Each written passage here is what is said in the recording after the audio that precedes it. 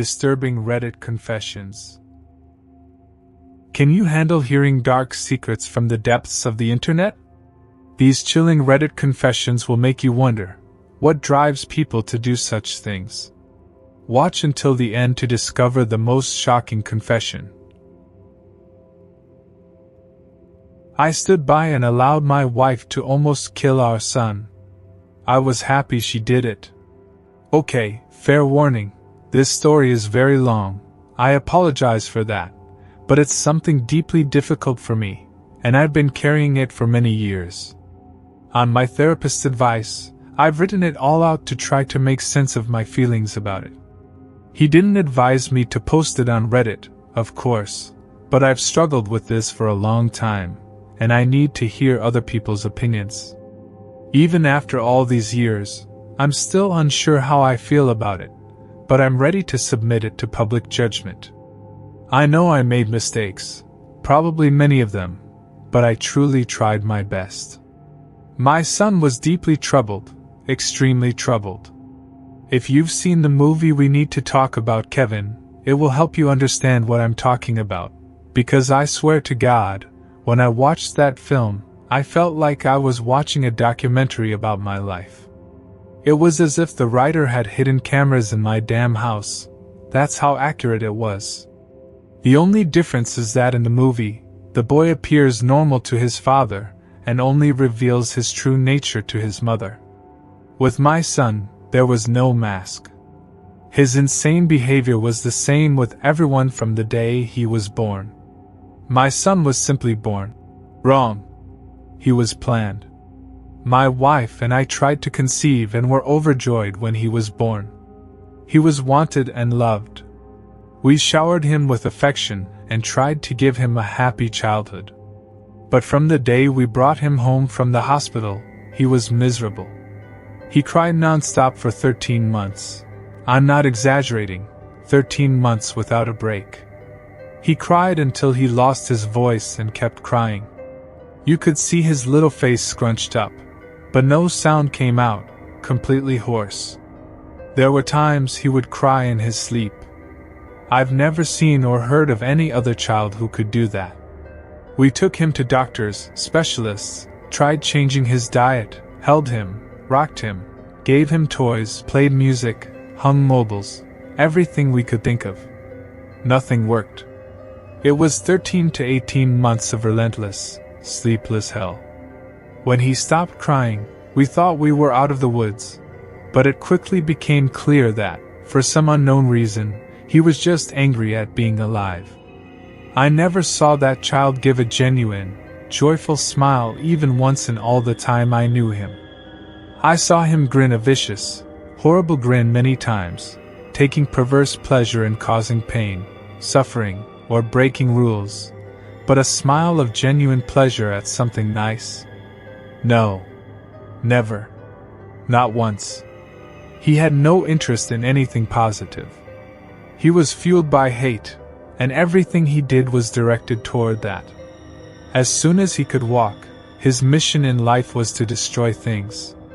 He would break or try to break anything within his reach, smash it, chew it, throw it in the toilet, whatever he could. After a while, he figured out how to take off his diaper and took great pleasure in urinating and defecating anywhere he could. Later, he learned to hide it and started soiling places where we wouldn't find it right away, grinding it into carpets, making it even harder to clean and filling the house with a stench.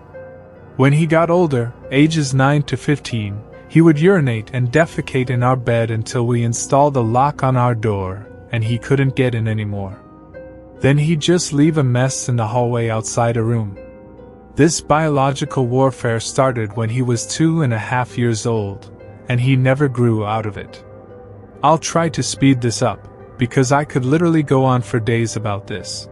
But as he grew older, he became more and more unmanageable. He would bite, kick, scream, scratch, and spit at anyone who tried to interact with him. He was expelled from school twice before he was 9, then readmitted, and finally expelled for good. He had to switch schools. The next one placed him in a special class to keep him away from other students. We had to install a lock on the kitchen door because he would steal knives and use them to gouge walls, furniture, or chase people with them. When he was 10, he stabbed me pretty badly in the hip and buttocks. I still have the scars. As he grew older, he grew darker. He started setting fires and torturing local animals. There was a stray dog that hung around the park near our house. My son blinded it in one eye with a barbecue fork. He would dip cats' tails in gasoline and light them on fire. He became a violent, stinking, vicious beast living in our house. We couldn't do anything with him. I'll take this opportunity to preempt the flood of messages. Yes, we put him in therapy. He saw a psychiatrist twice a week and was prescribed God knows how many different medications over the years. Nothing worked. Therapy didn't work. Meds didn't work. Nothing fucking worked. He was like a poison cloud of hate and fury, lashing out at anything within his reach. When my son was 16, my wife got pregnant again. I can't tell you how different our reaction was this time. Instead of joy, we felt horror. This pregnancy wasn't planned, and we were at a loss for what to do. My son had been an unending nightmare for 16 years. We couldn't bear the thought of starting over from the beginning. We talked a lot about terminating the pregnancy, but A, access to abortion wasn't as easy back then as it is now, and B, my wife was strongly against it. We discussed many options. In the end, we decided that my wife would have the baby, and if it turned out to be evil, we would put it up for adoption. We knew we couldn't go through it again with another child like our son. We had a daughter. She was completely normal. Suddenly, we saw what our lives should have been like all along, how things would have been if our son hadn't been the way he was. She laughed at things. She breastfed without biting. She didn't have teeth yet, but you could tell she was just trying to eat, not tear her mother's breast off. After 4 months, she was sleeping through the night. She was happy. She was normal.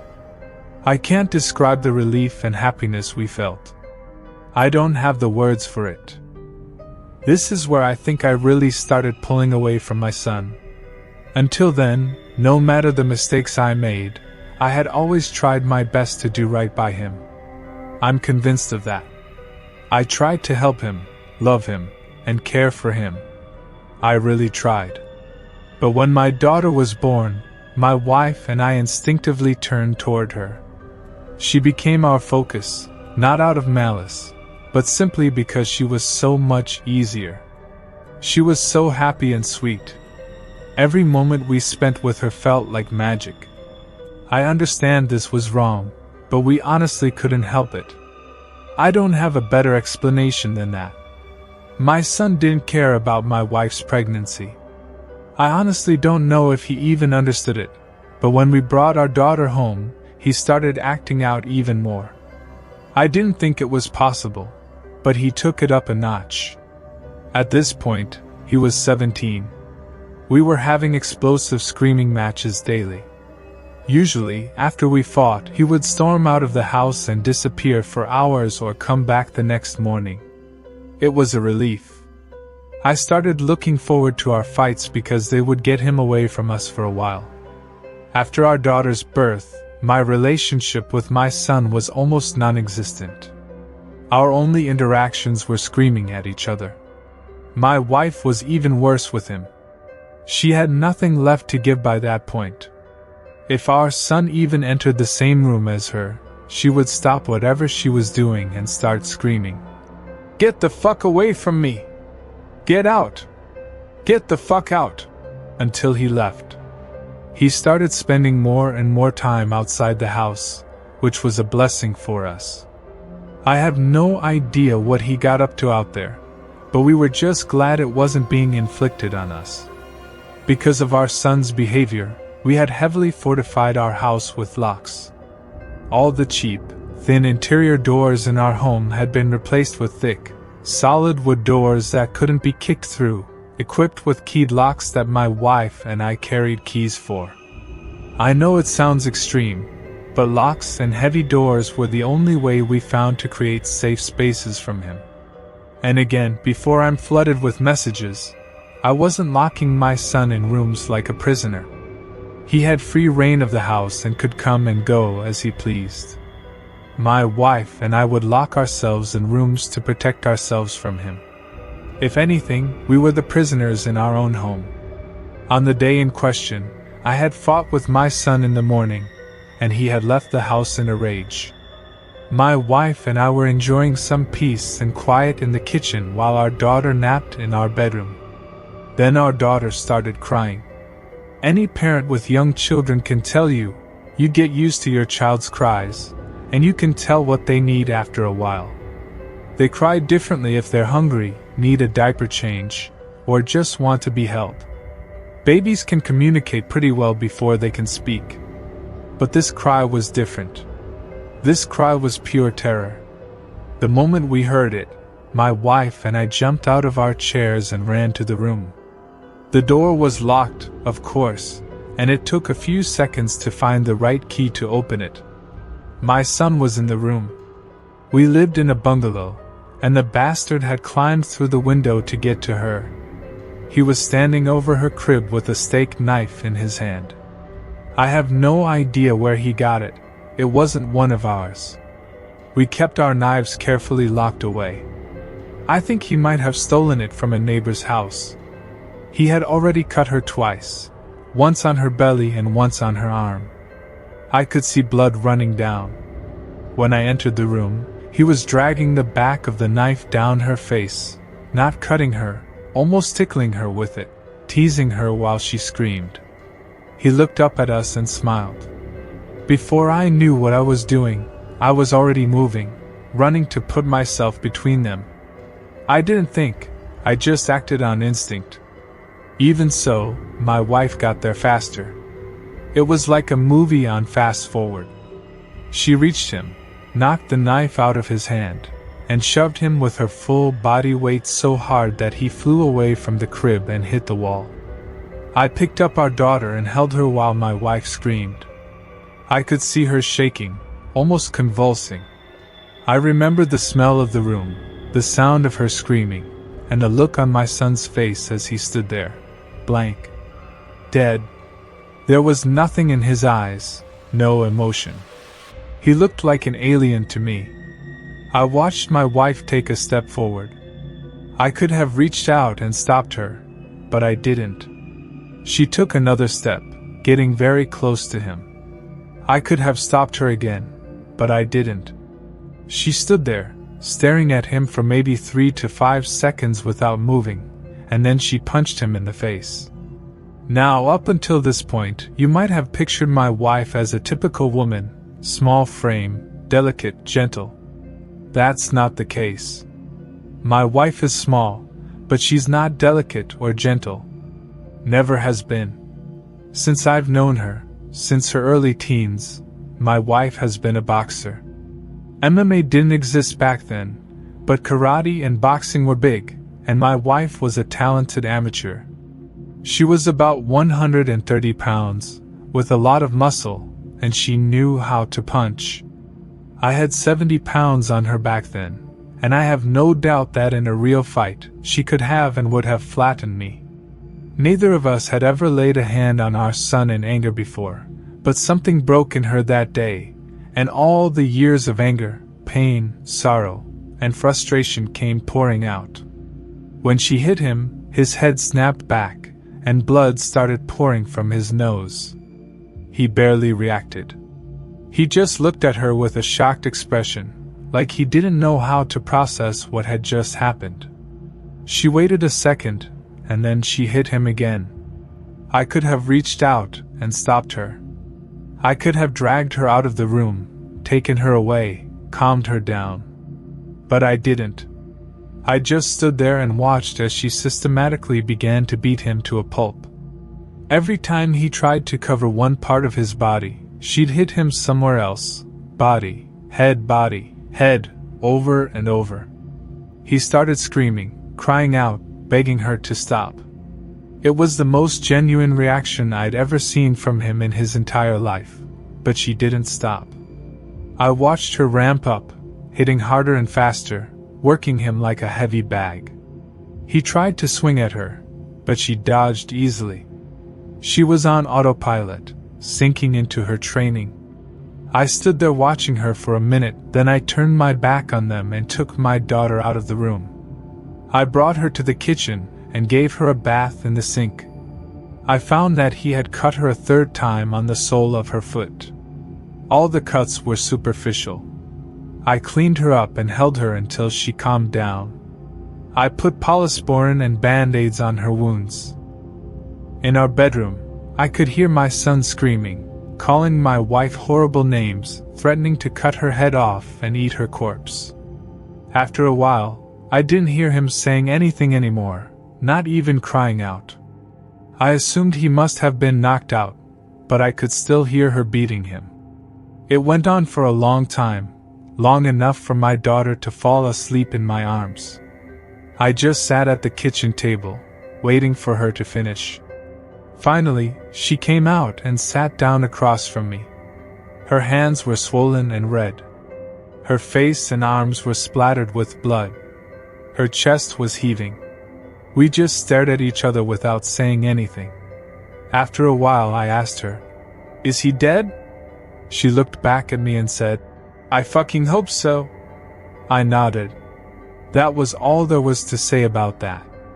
I understood how she felt perfectly. I felt the same way. I didn't know what to do, so we just sat there in silence. Eventually, my wife started crying and went to take a shower. I stayed where I was, holding our daughter. After a long while, I heard moaning and sobbing coming from her room. It turned out my son wasn't dead. I went in to see how bad it was, and it was pretty bad. I've never seen a more merciless beating in my life. He was lying on the floor, rolling around in a pool of blood and vomit. His nose was smashed flat across his face. Both of his eyes were swollen shut and already starting to blacken. I could see that a couple of his fingers were bent at odd angles, and he had pissed himself. I think he must have lost some teeth, but I couldn't see any on the floor, and I couldn't see inside his mouth. His lips were too swollen. From talking to my wife about it later, I know she systematically beat every part of his body, focusing heavily on his legs. She told me she kicked him in the groin repeatedly until her legs got tired and kept beating his body long after he had passed out. When my wife came out of the shower, I still didn't know what to do about our son. I didn't know whether to call the police, an ambulance, or take him to the hospital myself. Honestly, I had no idea what to do.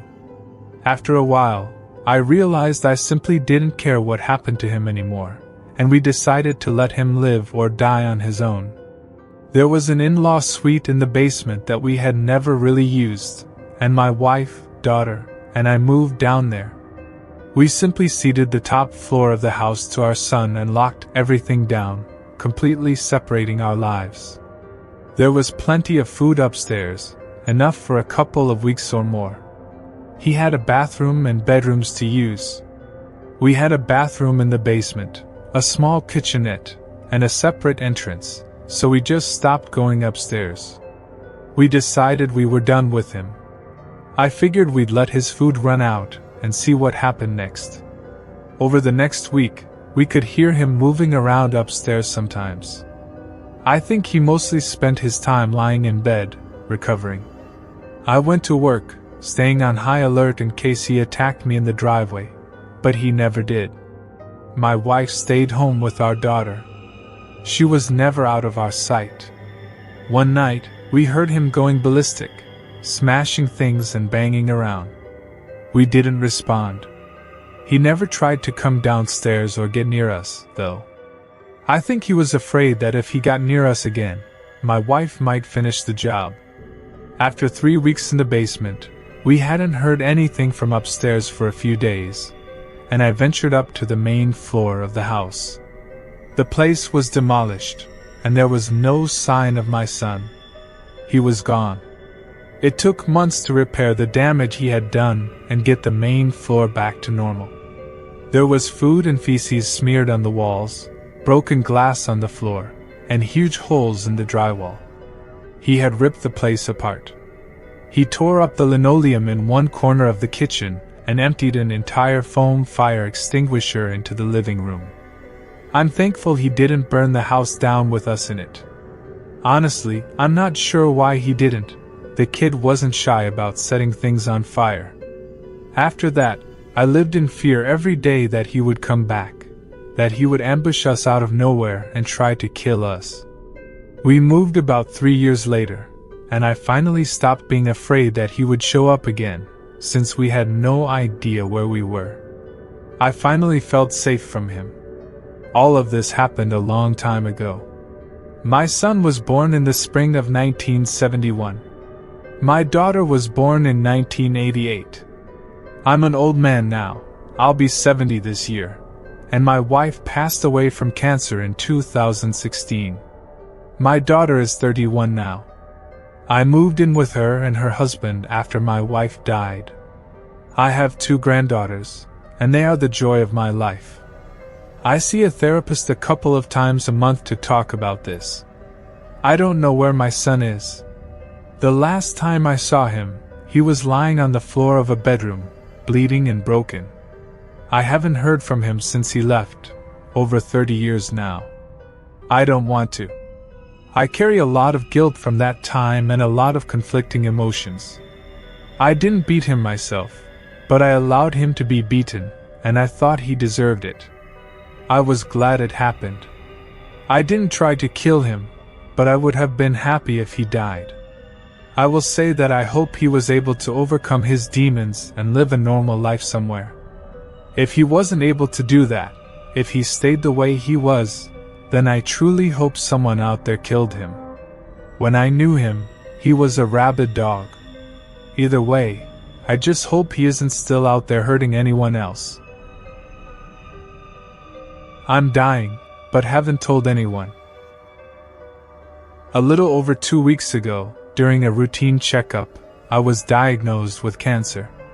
It turns out I have a tumor in my colon that has spread to other areas, my liver and lungs so far, and it will require aggressive chemotherapy and surgery for even a slim chance of living longer than 8 months.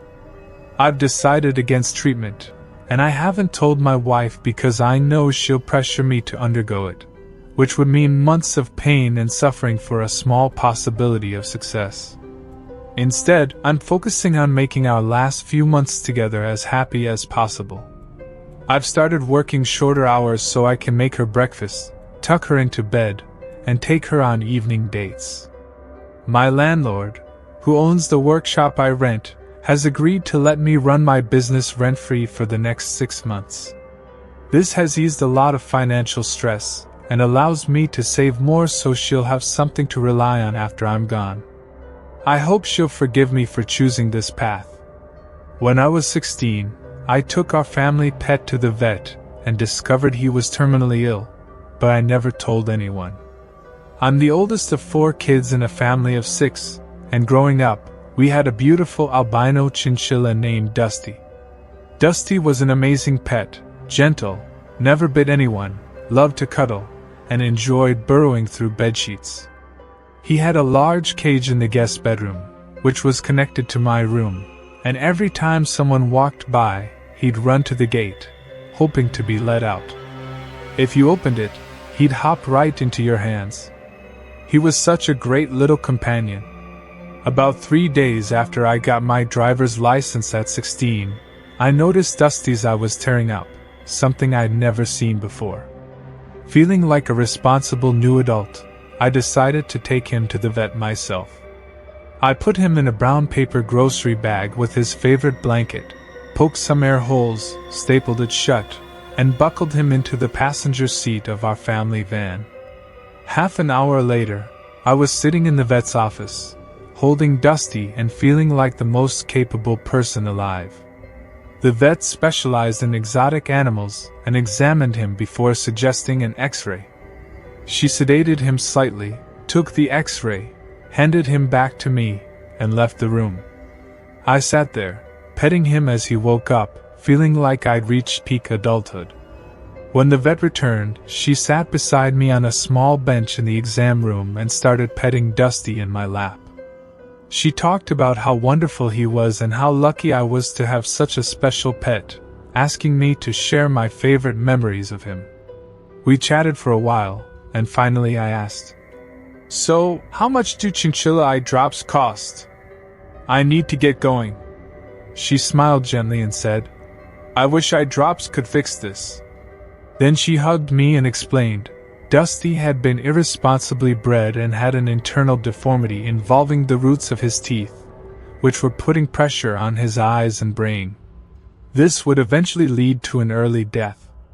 I was devastated. I started crying, put Dusty back in his grocery bag with his blanket, and asked the vet for a stapler to close it. I paid the receptionist with cash from my babysitting savings and cried the whole way home.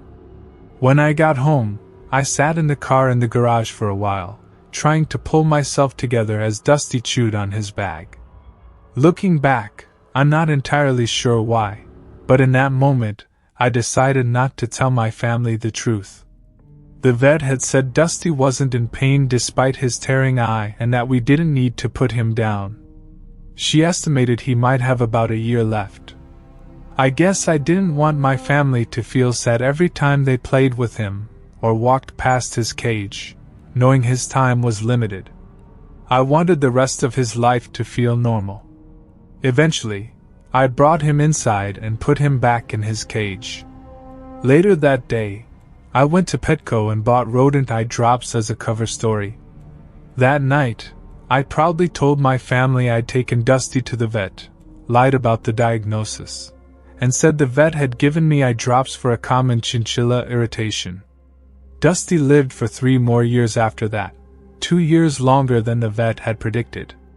He passed away just before his 10th birthday. On the morning he died, I finally told my dad the truth about what had happened at the vet. He looked at me and said, "You're so much more of an adult than you realize."